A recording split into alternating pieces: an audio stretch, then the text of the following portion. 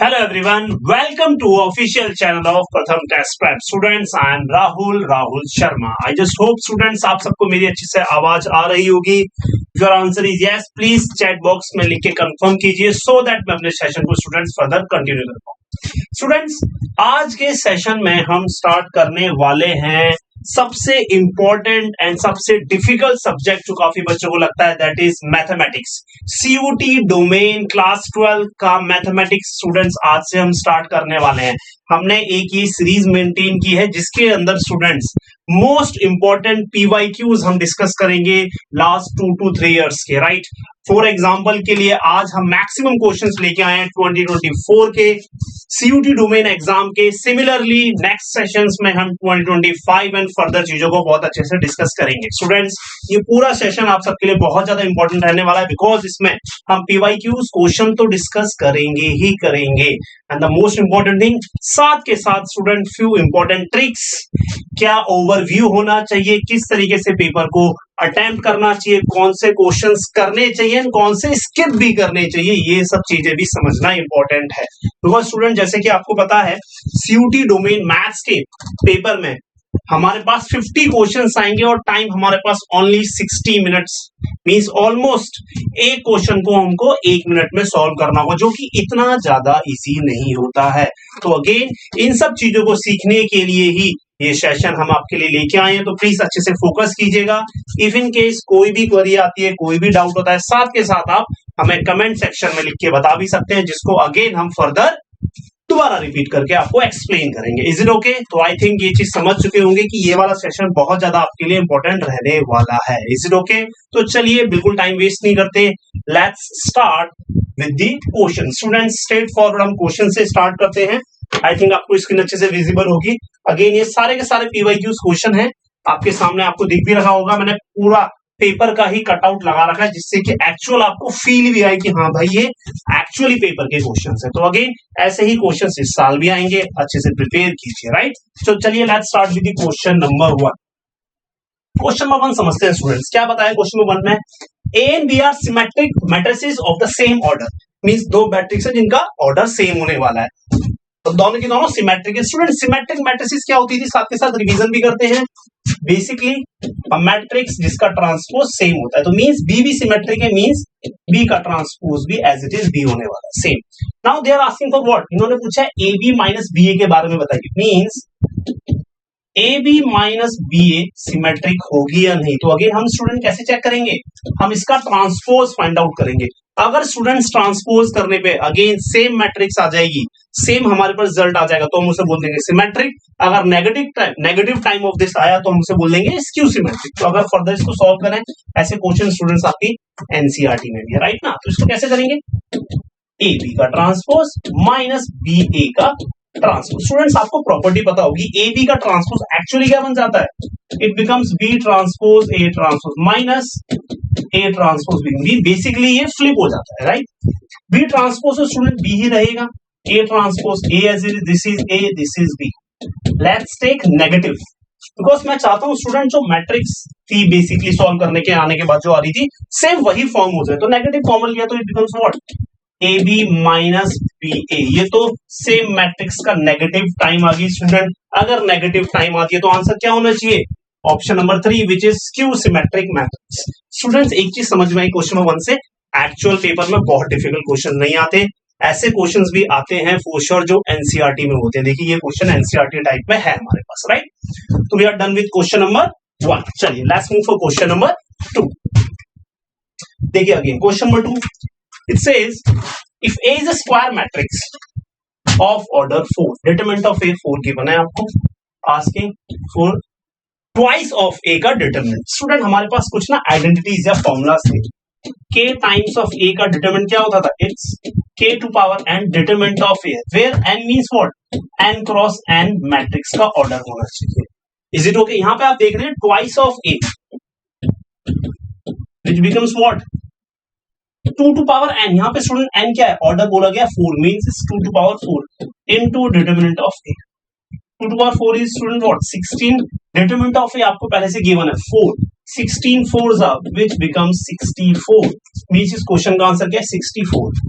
जैसे बताया 50 क्वेश्चन आते हैं स्टूडेंट्स, कुछ क्वेश्चन स्किप भी करने होते हैं इफ इन केस आपको बहुत डिफिकल्ट लग रहे हैं तो, बट ऐसे क्वेश्चंस हम डेफिनेटली स्किप नहीं करेंगे बिकॉज ये सबसे इजीएस्ट क्वेश्चन में लाई करते हैं, राइट। तो एग्जाम में इजी क्वेश्चंस भी आएंगे, आपको इजी क्वेश्चंस को पिक करना है क्विकली, राइट। तो done with the question number 1 and question number 2। चलिए let's move for question number 3। यहाँ पे अगेन देखिए, आपने एक और चीज ऑब्जर्व करी, अभी तक मैंने 2 क्वेश्चन कराए, third question again matrices, means matrices and determinant से काफी क्वेश्चंस आते हैं, राइट। तो उसको अच्छे से, इजी है आई नो, बट अगेन उसको अच्छे से प्रिपेयर करके जाना ही जाना है, राइट। चलिए क्वेश्चन नंबर 3 पे चलते हैं।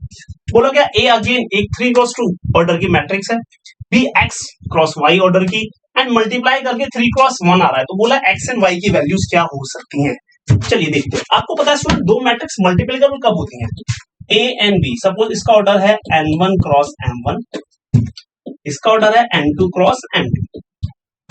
तो स्टूडेंट ये दोनों मैट्रिक्स मल्टीप्लीकेबल कब होंगी, when number of column of first is equals to number of rows of second, and multiply करके जो रिजल्ट आता है स्टूडेंट, मींस मेरे पास जो ए बी मैट्रिक्स बनेगी उसका ऑर्डर क्या होता है, number of rows of first, number of columns of second, means n1 into n2। इसी कॉन्सेप्ट को इस क्वेश्चन में अप्लाई करें, जरा देखें। Means number of column of first is equals to number of rows of second, means 2 equals to x, means definitely x तो आपके पास 2 for sure form होगा ही होगा, सो राइट।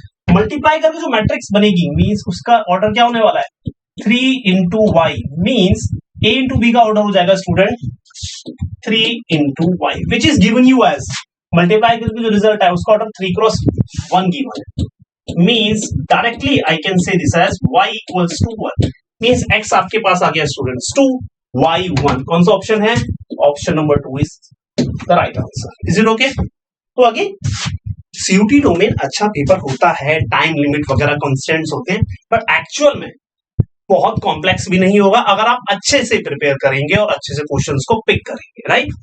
तो we are done with question number 3 also. Let's start with question number 4। ये काफी अच्छा question है, ठीक है, जरा देखते हैं अच्छे से। आप भी टाइम लीजिए, 1 मिनट पढ़िए, मैं भी साथ के साथ पढ़ता हूं।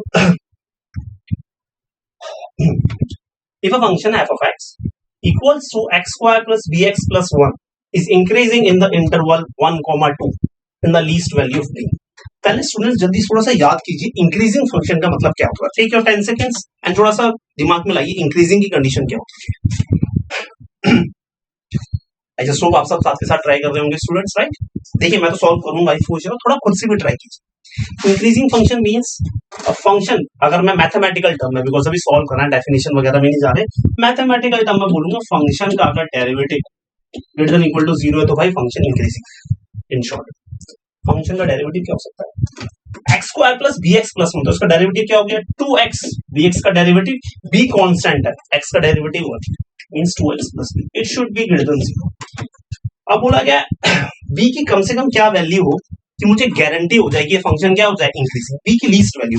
अब देखिए किस इंटरवल पर डिफाइन है स्टूडेंट, ये इंटरवल पर डिफाइन है 1, 2 इन 1 से 2 पे। बोला कि b की लीस्ट वैल्यू जिसे गारंटी हो जाए, मींस मुझे मेक श्योर करना है b ऐसा हो कि ये कभी भी नेगेटिव ना हो, मींस कौन सा वाला पार्ट 2x प्लस b वाला पार्ट कभी भी नेगेटिव नहीं होना चाहिए, बिकॉज कोई भी फंक्शन इंक्रीजिंग कब होता है जब उसका derivative greater than equal to 0 होता है।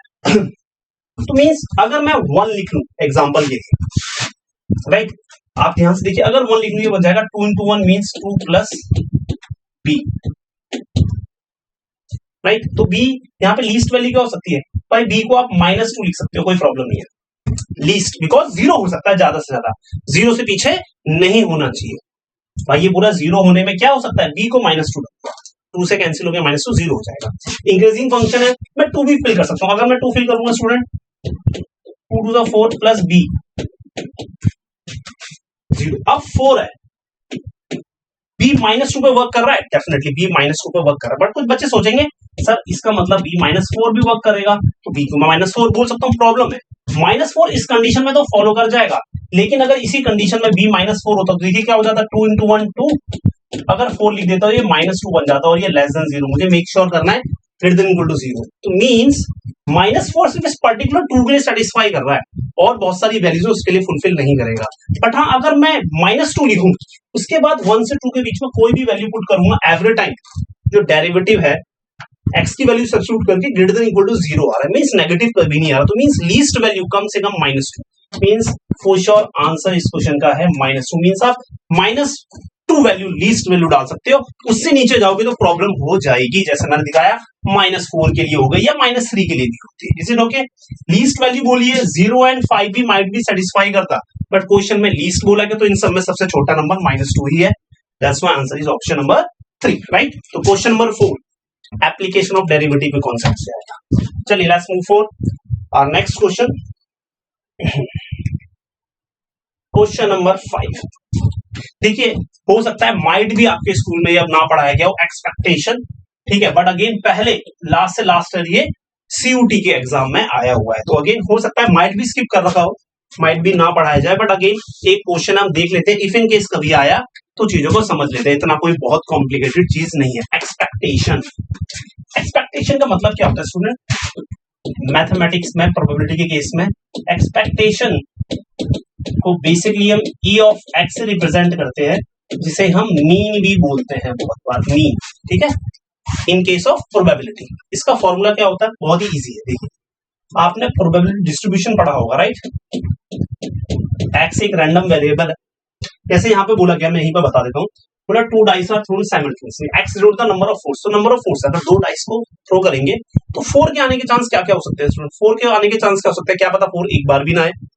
2 डाइस थ्रो के एग्जांपल के लिए 1,3 आ गया, पहले में 1 दूसरे में 3, तो क्या इसमें 4 आ रहा है कहीं पर? नहीं, मींस एक बार भी 4 ना आए, क्या पता एक बार 4 आए, 4 1 4 2 जैसा, या फिर दोनों बार 4 आए, मींस 4 4, मींस मेरे पास रैंडम वेरिएबल की पॉसिबल वैल्यू 0 1 एंड 2, 2 से ज्यादा 4 आ नहीं सकता, बिकॉज 2 डाइस को मैं थ्रो कर रहा हूँ।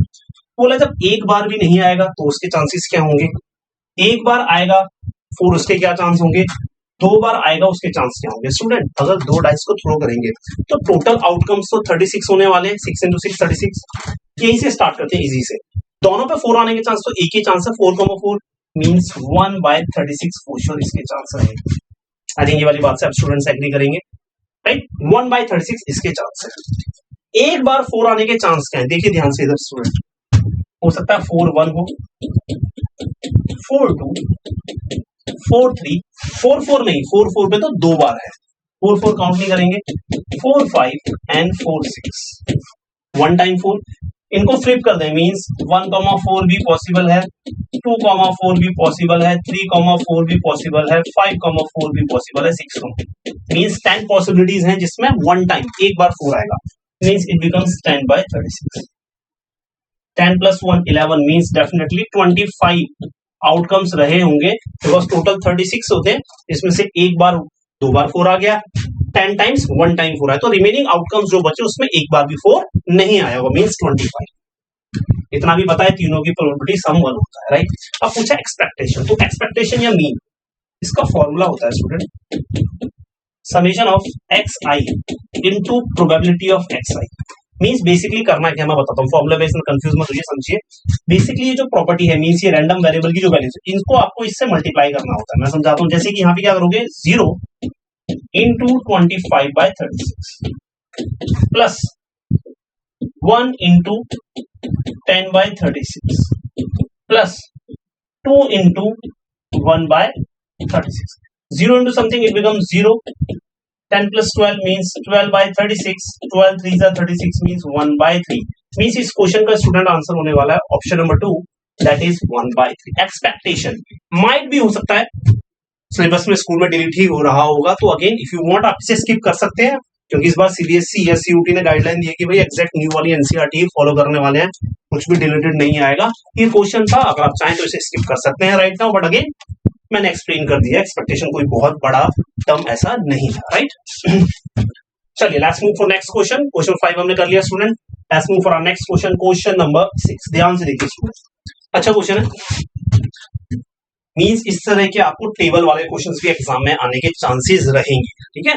ये भी क्वेश्चन एग्जाम का ही है, लाइक पीवाईक्यू है, प्रीवियस ईयर, मींस ये ऐसे क्वेश्चंस एग्जाम में पूछे गए। आइए देखते हैं। For the function 2x³ - 9x² + 12x - 5, जहां पे x बिलोंग करेगा 0 से 3। बोला कुछ ये टेबल बना दी गई है, लिस्ट 1 और 2, इनको ज्वाइन करके बताइए क्या आंसर है। एब्सोल्यूट मैक्सिमम पूछा गया है, मिनिमम पॉइंट ऑफ मैक्सिमम काफी कुछ। तो अगेन चैप्टर 6 में ही हमने पढ़ाई है एप्लीकेशन ऑफ डेरिवेटिव में absolute maximum and absolute minimum की बात करें तो एब्सोल्यूट मैक्सिमम मिनिमम के लिए पहले आपको क्रिटिकल पॉइंट्स निकालने पड़ते हैं। एक बार देख लेते हैं फंक्शन का डेरिवेटिव, क्विकली कर लेते हैं, हेल्प कीजिएगा मेरी student. 2x cube, x cube का derivative is what 3x square, 3 2 जा 6। कैलकुलेशन प्लीज स्टूडेंट साथ के साथ देखते रहिएगा, हो सकता है माइट भी प्लस माइनस में मिस्टेक रहे। 9 2 जा 18, तो उसको आपको ध्यान रखना है कैलकुलेशन के, प्लस 12 इसका तो डेरिवेटिव 0 हो जाए। इसमें फर्दर में 6 कॉमन ले सकता हूँ, x square minus 3x plus 2। आपको पता है क्रिटिकल पॉइंट्स के लिए फंक्शन के डेरिवेटिव को 0 के इक्वल रखना पड़ेगा, means x square minus 3x plus 2 equals to 0 हो जाएगा। यहां से हम देखें फैक्टर बनेंगे x minus 2 and x minus 1 means x equals to 2 and 1 मेरे क्रिटिकल पॉइंट्स आते हैं।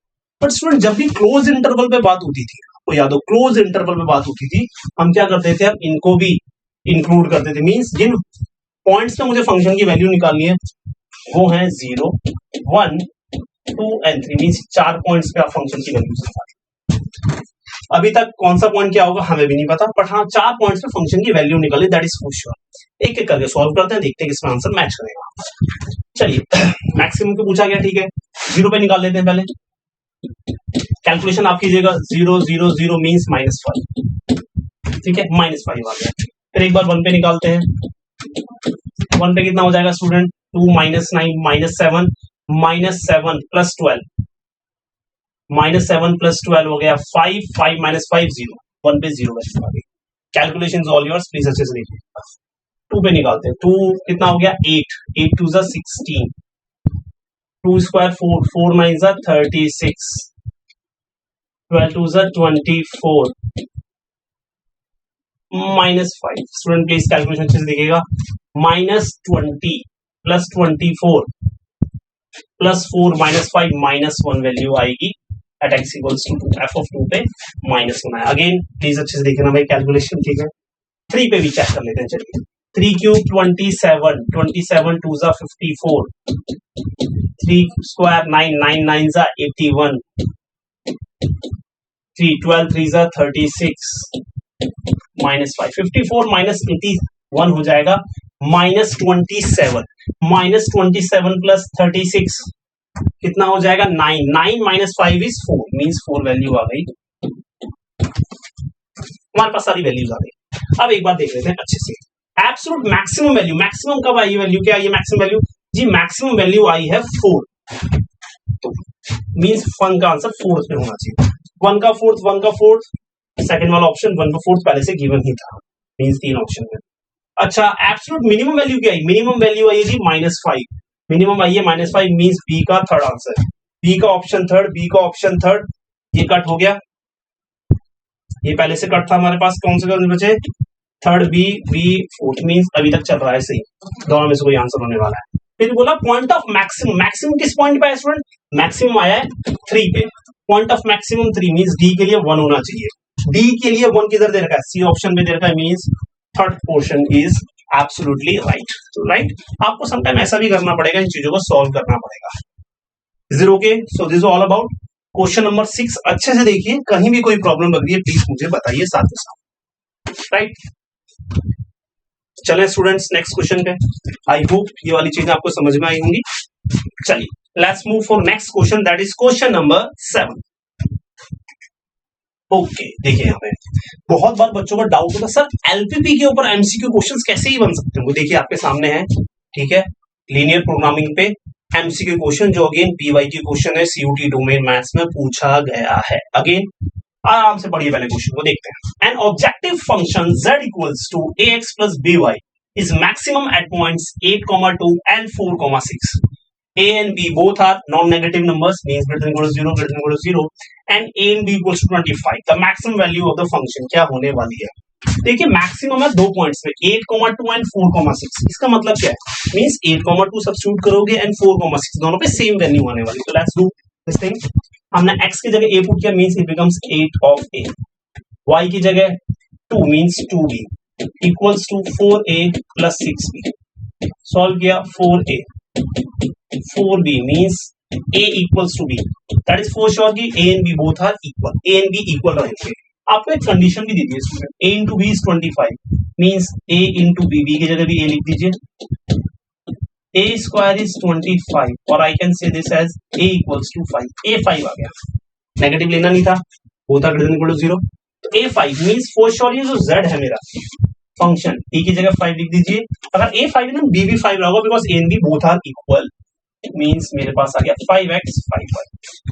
अब करना क्या है स्टूडेंट, आपसे क्या पूछा गया है, आपसे बोला मैक्सिमम वैल्यू, तो दोनों पॉइंट पे मैक्सिमम था, किसी की भी वैल्यू पुट कर दो x एंड y की जगह, सपोज मैंने 8 and 2 सब्स्टिट्यूट किया, instead of x will write 8, instead of y will write 5 8s are 40, 5 2s are 10, means this becomes 50, means इस क्वेश्चन का आंसर होने वाला option number 2, that is 50। Is it okay? तो LPP या फिर linear programming से भी स्टूडेंट्स बहुत बार एमसीक्यूज बनेंगे, आपके सामने दिख ही रहा है आपको, ऐसे क्वेश्चंस एग्जाम में आए हुए हैं, कहीं मैं खुद फॉर्म नहीं कर रहा हूँ, प्रथम खुद से फॉर्म नहीं कर रहा भाई, हमने तो सीधा पेपर ही उठा दिया। तो बस आपको ये रियलाइज कराना चाह रहा हूँ, पेपर बहुत कॉम्प्लेक्स भी नहीं आता अगर हम टाइम को अच्छे से यूज करें, जल्दी जल्दी क्वेश्चन करें। देखिए अभी मैं एक्सप्लेन कर रहा हूँ, ऑब्वियस है ये वीडियो लंबी जाएगी, 1 घंटे से ज्यादा फॉर श्योर अगर मैं सारे क्वेश्चंस को इंक्लूड कर लूंगा, बट हाँ मैं एक्सप्लेन कर रहा हूँ, आपको एग्जाम में किसी को एक्सप्लेन नहीं करना, तो आप क्विकली इन चीजों को सॉल्व कर सकते हैं, राइट। चलिए क्वेश्चन नंबर 8, ठीक है, इसको देखते हैं किस चीज पे भेज रहे हैं। The area of the reason bounded by the lines x + 2y = 12, x = 2 and y = 6। बताइए क्या एरिया आने वाला है, समझते हैं इस क्वेश्चन को भी अच्छे से ध्यान से देखिए। देखिए फर्स्ट ऑफ ऑल मेरी एडवाइस है लाइन ड्रॉ कर ही लिया करो, लाइन ड्रॉ करना कुछ इतना इंपॉर्टेंट मतलब डिफिकल्ट है नहीं। x/a + y/b = 1 इस स्टैंडर्ड से मींस ये बन जाएगा x/12 y/6 = 1। विदाउट ड्रॉ भी कर सकते थे, बट ठीक है, जनरली एक हैबिट अच्छी रहती है, तो समटाइम रॉन्ग नहीं होते क्वेश्चन, बिकॉज किसी किसी क्वेश्चन में विदाउट फिगर हम डायरेक्ट ड्रॉ करते हैं ना, हमारी मिस्टेक हो जाती है। x12 है, y6 है, ये हमारा x इंटरसेप्ट होता है, ये हमारा y इंटरसेप्ट होता है। हमने क्या किया, मींस पोर्शन लाइन तो कुछ ऐसी रही, right. The area reason bounded by the line this x = 2, x = 2 यहाँ पे लाइन होगी स्टूडेंट, x = 6 यहाँ पे लाइन, एग्जाम्पल ये एरिया, तो ये एरिया तो स्टूडेंट मैं इंटीग्रेशन से फॉर्म कर ही सकता हूँ, ठीक है। इसमें और भी ट्रायंगल में से माइनस वगैरह करके ट्रेपेजियम ऐसा कुछ भी कर सकते थे, बट हम डायरेक्ट सोचे तो ये तो इंटीग्रेशन का तो बन ही रहा है फॉर्म। मींस फॉर श्योर मैं क्या कर सकता हूँ, इस लाइन के अंडर वाला एरिया निकाल सकता हूँ from 2 to 6, means let's integrate from 2 to 6 y dx, 2 to 6 y is what, y की वैल्यू क्या है 12 - x/2, sorry 12 - x/2, let's write 1/2 side में लिखा, it becomes what 12x - x²/2 and हमारे पास कहां से जाएगा 2 to 6, from 2 to 6 limit pass on करते हैं, जरा देखते हैं कितना आएगा, कैलकुलेशन में हेल्प करना है स्टूडेंट मेरी। 12 6 are 72, 6² 36/2 means 18, minus 12 2s are 24, minus minus plus 2 क्या 2²/2 4/2, that is 72 minus 80, बच के हमारे पास 54 राइट, कुछ मिस्टेक किया मैंने, ठीक है। 54 minus 24 it becomes 32/2 which is 16, option 4। Calculation is all yours, calculation आप खुद से भी कर सकते हैं कुछ और अच्छे से, पर हाँ क्वेश्चंस इतने कॉम्प्लेक्स नहीं है अभी तक। अगेन ये मैंने कुछ ऑर्डर नहीं अप्लाई किया कि इजी वाले पहले लिखूंगा स्टूडेंट्स। क्वेश्चन नंबर 1 to 10 देखिए, क्वेश्चन नंबर 8 चल रहा है, अभी तक मैंने क्वेश्चन नंबर 8 ही, मींस ये एक्चुअल पेपर है जो आया था, तो मींस ऐसे ही क्वेश्चंस मिलेंगे आपको, थोड़ा सा शांति से। कुछ अच्छे क्वेश्चंस भी हैं जो डेफिनेटली आने वाले हैं, पर अभी तक कोई बहुत कॉम्प्लेक्स क्वेश्चन नहीं दिखा। हाँ टाइम कंज्यूमिंग जरूर है, तो आपको स्पीड मेंटेन करनी है, राइट। चलिए let's move for question number 9 पे बात करते हैं, काफी अच्छा क्वेश्चन है, पढ़ लेते हैं पहले अच्छे से इस क्वेश्चन को। It says a die is rolled thrice, 3 बार। What is the probability of getting a number greater than 4 in the first and the second row?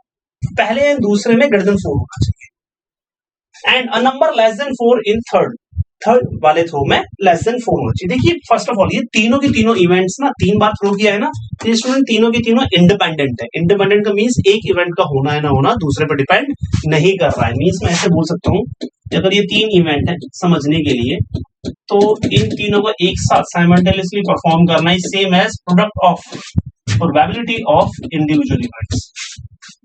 बात करते हैं पहले वाले की, ग्रेटर देन 4, ग्रेटर देन 4 एक डाइस में क्या होता है 5 और 6 मींस दो आउटकम, आउट ऑफ टोटल कितनी होती है 6 means this is actually 2/6।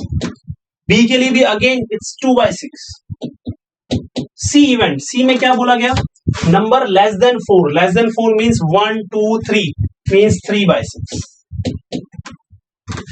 Calculation करें 2 3 से 1/3 1/3 3 3 सा 3 6 सा 18 1/18, क्या 1 कोई 18 ऑप्शन है, हाँ जी ऑप्शन नंबर 4 मींस अगेन जैसा मैंने बताया बहुत कॉम्प्लेक्स क्वेश्चन नहीं था, बहुत बेसिक क्वेश्चन था, right. So we are also done with question number 9। Now let's move for question number 10। Question number 10 पे चलते हैं स्टूडेंट्स, ठीक है। Again one more question from LPP means linear programming से एक और एमसीक्यू क्वेश्चंस। तो अभी तक ये चीज तो समझ में आ गई कि each and every chapter is important. ये मत समझिएगा सर इंटीग्रेशन का क्वेश्चन ही नहीं है, इंटीग्रेशन नहीं आता कि जी है वेट टोटल 50 क्वेश्चंस हैं, अभी हम सिर्फ क्वेश्चन नंबर 10 पे आए हैं, राइट। अभी 20% हुआ, हर एक टॉपिक से क्वेश्चंस मिलेंगे आपको, राइट। चलिए the corner points of the feasible region जो कि आपको बताया गया समथिंग लाइक दिस, बोला गया उसमें पॉइंट्स ए बी सी आपको गिवन है 0,8 4,0 and 8,0। If the objective function z equals to ax plus by has its maximum value on the line segment AB, पूरा लाइन सेगमेंट AB उस पे इसकी maximum value होने वाली है, इन दैट केस बताइए ए एंड बी का क्या रिलेशन होने वाला है। देखिए एक चीज पहले समझिए इसको अच्छे से, राइट ना, लास्ट क्वेश्चन बस इसको अच्छे से कर लेते हैं। फॉर एग्जांपल की लाइन है ए एंड बी मींस कभी भी अगर दो पॉइंट पे मैक्सिमम आ रहा है ना, तो स्टूडेंट उन दोनों को ज्वाइन करने के बाद जो लाइन फॉर्म हो रही है उस पे भी फॉर श्योर मैक्सिमम ही आएगा, मतलब हर एक पॉइंट पे मींस अगर दो पॉइंट्स पे बोल दिया कि मैक्सिमम होने वाला है तो दो पॉइंट से ज्वाइन होने वाली लाइन पूरी लाइन पे हर एक पॉइंट पे मैक्सिमम रहता है, राइट। इट मींस दोनों पॉइंट से वैल्यू क्या रहने वाली है, सेम रहने वाली है। क्वेश्चन में बोला गया क्या, maximum line on the line A B means A and B पे भी सेम वैल्यू रही होगी। ए पे क्या वैल्यू रही होगी जल्दी से पुट कर देते हैं, एक्स प्लस बी वाई था, ए कितना है 0,8, एक्स की जगह 0 किया, बी टू 8 मींस 8, फिर आपने पुट किया 4,0, आपने क्या किया x की जगह 4 पुट कर दिया, b की जगह 0 मींस बिकम्स 4। मैक्सिमम में मींस दोनों वैल्यूज इक्वल रही होंगी, 4 2s means twice of b equals to a, twice of b equals to a, option number 2, right students. तो अभी तक देखिए हमने इतनी सी देर में 10 क्वेश्चन कर दिए। अगर मैं 50 करूंगा स्टूडेंट सेशन बहुत ज्यादा लंबा हो जाएगा, तो लेट्स डू वन थिंग, हम इस सेशन को 10 क्वेश्चंस में डिवाइड करते हैं। आई जस्ट होप पहले 10 आपको अच्छे से समझ में आए होंगे। नेक्स्ट वाले में स्टूडेंट्स इंटीग्रेशन एंड बहुत सारे अच्छे क्वेश्चन आने वाले हैं, तो प्लीज इस चैनल को अच्छे से सब्सक्राइब कीजिए, फॉलो कीजिए प्रथम चैनल को। अपार्ट फ्रॉम दिस स्टूडेंट्स हमने टेलीग्राम के अपने ग्रुप्स के लिंक आपको नीचे सब्सक्रिप्शन बॉक्स में दे रखे हैं, आप वहां पे जाइए, इसको ज्वाइन कीजिए, बिकॉज ऐसे बहुत सारे इंपॉर्टेंट क्वेश्चन स्टूडेंट्स हम आपके लिए वहां पे भी लेके आते हैं, राइट। तो will see you again in our next session, next class, जिसमें क्वेश्चन नंबर 11 से आगे हम कंटिन्यू करेंगे। Till that time take care and all the best.